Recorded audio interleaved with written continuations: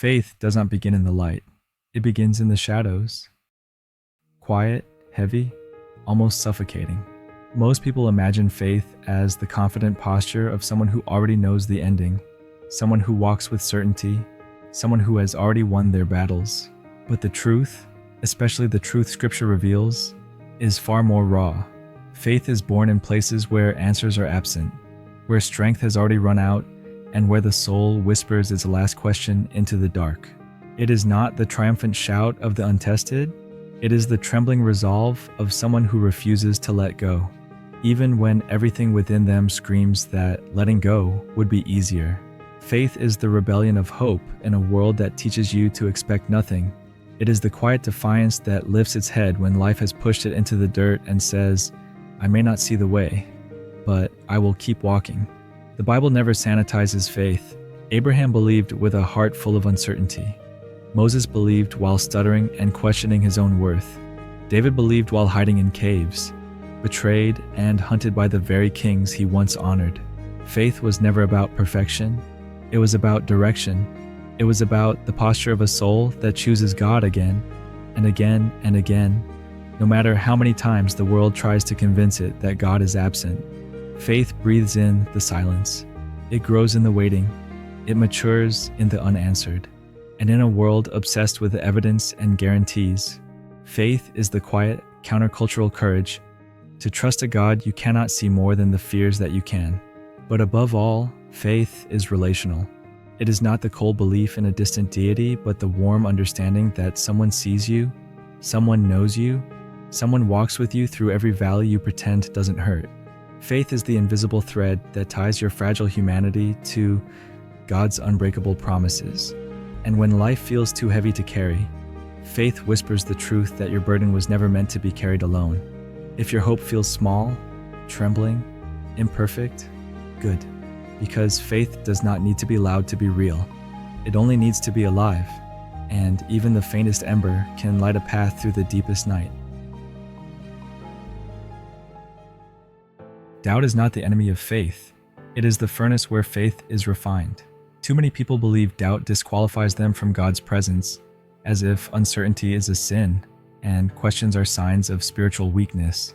But throughout Scripture, God never condemns the honest heart that wrestles. He meets it. Doubt is the honest cry of a soul that wants truth, not illusions.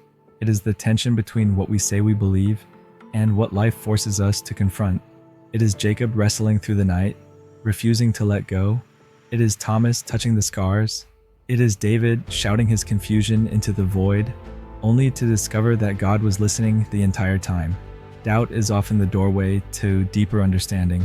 When everything around you collapses, when prayers seem unanswered, when your heart feels numb, when the darkness is louder than the voice of God, this is the moment when many turn away. But for those who remain, who dare to question, who dare to wrestle, who dare to cry out even when heaven feels silent, those are the ones who discover that doubt is not a dead end, but a crossroads. And at that crossroads, God is not standing far away, waiting for you to fix yourself. He's sitting beside you, unthreatened by your questions, patient with your confusion, ready to rebuild what pain has shattered. Doubt deepens you. It breaks false assumptions. It strips away shallow beliefs that cannot survive real suffering. It leaves you with a faith that is not borrowed, not inherited, not performed for others, but forged, real, personal, and unshakable. The presence of doubt does not mean God has left you. More often, it means He is leading you into a new depth of trust, because every believer who has walked closely with God has known moments when His voice felt distant, when His plan felt hidden, when His promises felt fragile. But spiritual maturity is recognizing that God's silence is not His absence, and your doubt is not your downfall.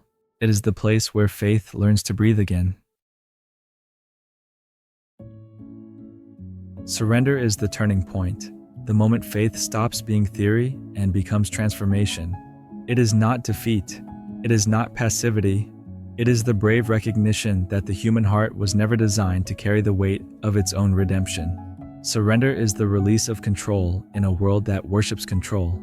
It is the quiet decision to trust God's hands more than your own. And while faith is choosing to believe, and doubt is the tension that refines that belief, surrender is the moment you finally lay it all down. The fears, the timelines, the disappointments, the scars, the questions you've rehearsed in secret. It is opening your hands and discovering that God was waiting for the moment you finally stopped trying to save yourself. Jesus never forced surrender. He invited it. Come to me, all who are weary. Take my yoke upon you. My grace is sufficient. Biblical surrender is not self-erasure. It is self-restoration. It is becoming who you were meant to be by releasing who you were never meant to be. It is trading the heavy armor you forged from trauma, failure, and pride for the peace of being known and loved. Surrender is the moment your soul stops fighting battles God has already won. It is the moment walls come down and healing begins. It is the moment identity shifts from what broke you to the one who can rebuild you. And surrender is not a single choice. It is a rhythm. It is waking up daily and choosing alignment over anxiety, trust over fear, vulnerability over pride. It is letting God lead, not because you're weak, but because you finally understand the strength found in dependence. The world teaches you to carry everything alone. The kingdom teaches you to place everything at His feet. And when you surrender, you don't become smaller. You become free. Free from the pressure to have every answer. Free from the fear of tomorrow. Free from the old weight that has been crushing you for years. That is where redemption begins. Not in your perfection, but in your release. If something in this video stirred you, if a word, a sentence, or even a quiet moment made you feel the pull of God again, then maybe this is the beginning of your own rebuilding. And if you feel the need for guidance, for structure, for a gentle but steady path back into spiritual strength, there's something that can help you, like it helped me. It's a simple 30-day journey. No pressure, no complexity. Just small daily steps designed to deepen your faith, restore your heart, and help you feel close to God again. If you're ready for that kind of renewal, the link is there whenever you are. No rush, just an invitation. So check the description and the commentaries. I hope this video was helpful to you in some way. If you can, please subscribe to the channel and leave a message in the comments. God bless you. See you soon.